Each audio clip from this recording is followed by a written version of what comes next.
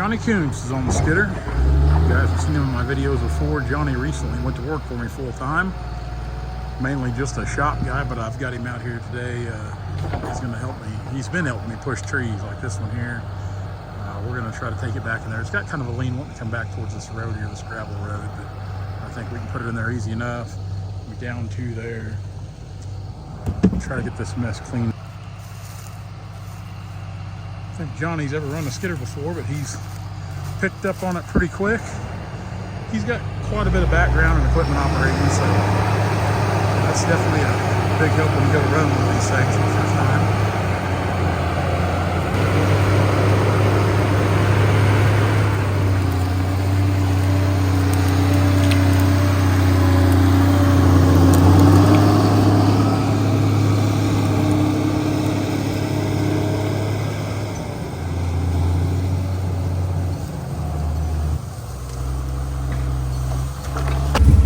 Every few videos, I like to kind of go back and touch on the subject, but people always ask what's one of our harvests look like, because there's so many misconceptions about clear cutting. This is pretty much a typical harvest right here. You really can't hardly tell we've been here. There's just some trees here and there taken. This stand of timber here, as I said in a couple of videos prior to this. But this is a piece of ground my dad's managed for several years. Just like this here. You know, you got a good post oak coming on. Not quite ready to go yet, just right there on that breakover point. It won't be long though. But, a lot of good young walnut growing in here, a lot of post oaks and chinkapin. Just then I look over here to the other side of the fence and pretty good walnut right there.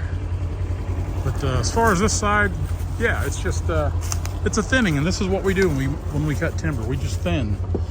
Because I want to come back in a few years and I want to cut your timber again. I don't want to just cut it once.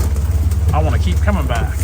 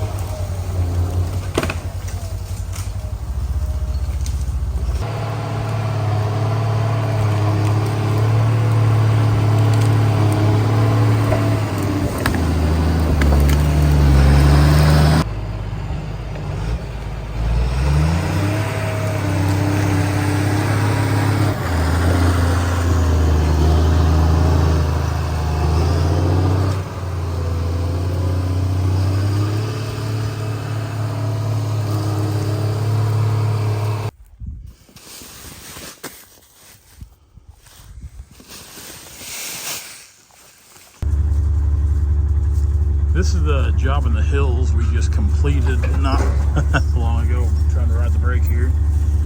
What we're doing today is putting down some seed to help prevent erosion. We've got a blend in here. We've got a perennial ryegrass.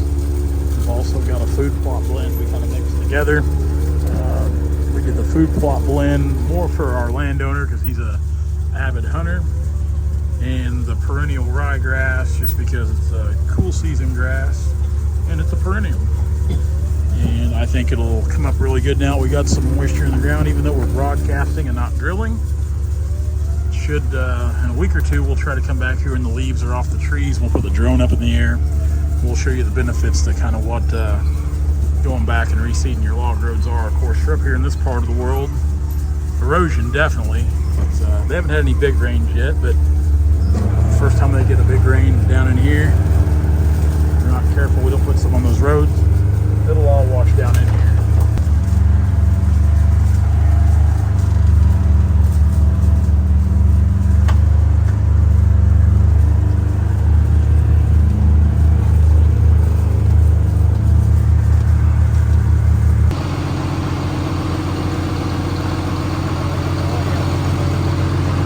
Some bent fins on our AC coil, straighten them out, new filter, recharge the air conditioning system on this. Blowing snow? Ice cold, like the Rockies. I don't know if something got in there and built a nest, not a party or what.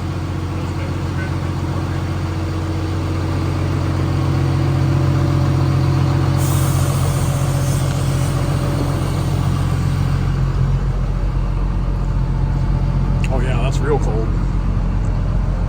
Even though it's October, we had temperatures down around 40 degrees this morning. It's supposed to be cooler in the morning. It doesn't take much of a sunny day in the cab machine to get really hot. So, good working air conditioning system is pretty important. We're just doing some odds and ends of this H before we take it out on a job. Its next stop's in Nevada, Missouri.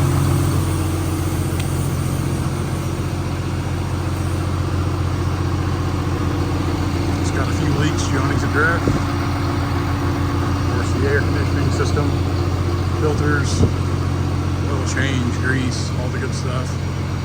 Shot back down the cab.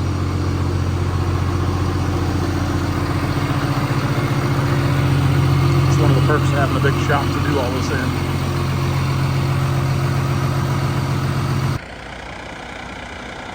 Just got to New Florence with a partial load of staves. Going to kick off. Really, I thought I had more than that in the pile. We're maybe a little over half loaded. I got more on the wagon than we do the truck, but we're definitely probably legal this load on weight, close to it anyway. But those are some long stave logs right there. My gosh, that's some awesome timber right there. I'd like to be the guy that hauled that in, but I'm not. I'm just hauling this junk in. About 7:35 up here. Of course, it's already about dark. I've got the kickers on the truck. We'll turn the lights on the Serco, get unloaded. Then we've got about a 200-mile trek back to Stockton. All right, we're unloaded. It's a decent little run. I wish I'd had a few more on there to make a good load, but overall, some pretty good stave logs in there. You know, the great thing about independent staves just like this, you know, I always kind of ask ahead if I can haul in late at night or on the weekends just to kind of get the go of it. But it definitely, that's beneficial not only to me, but a lot of other loggers. But, you know, we're not scared of working long days, long hours, late nights, most of us loggers. So being able to haul in here at our convenience definitely means a lot. I'll just take some spray paint, paint my name on these logs. They'll be good to go. Monday morning. Here just south of Nevada, Missouri, just a little south side of town. We were over here cutting yesterday.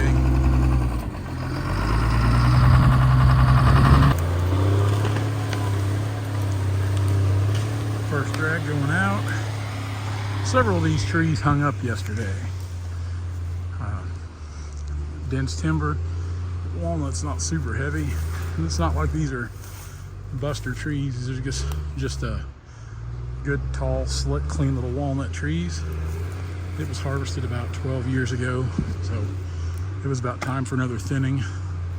A ton of good young walnut trees in here growing. These periodic harvests are nice for the landowner and the logger both.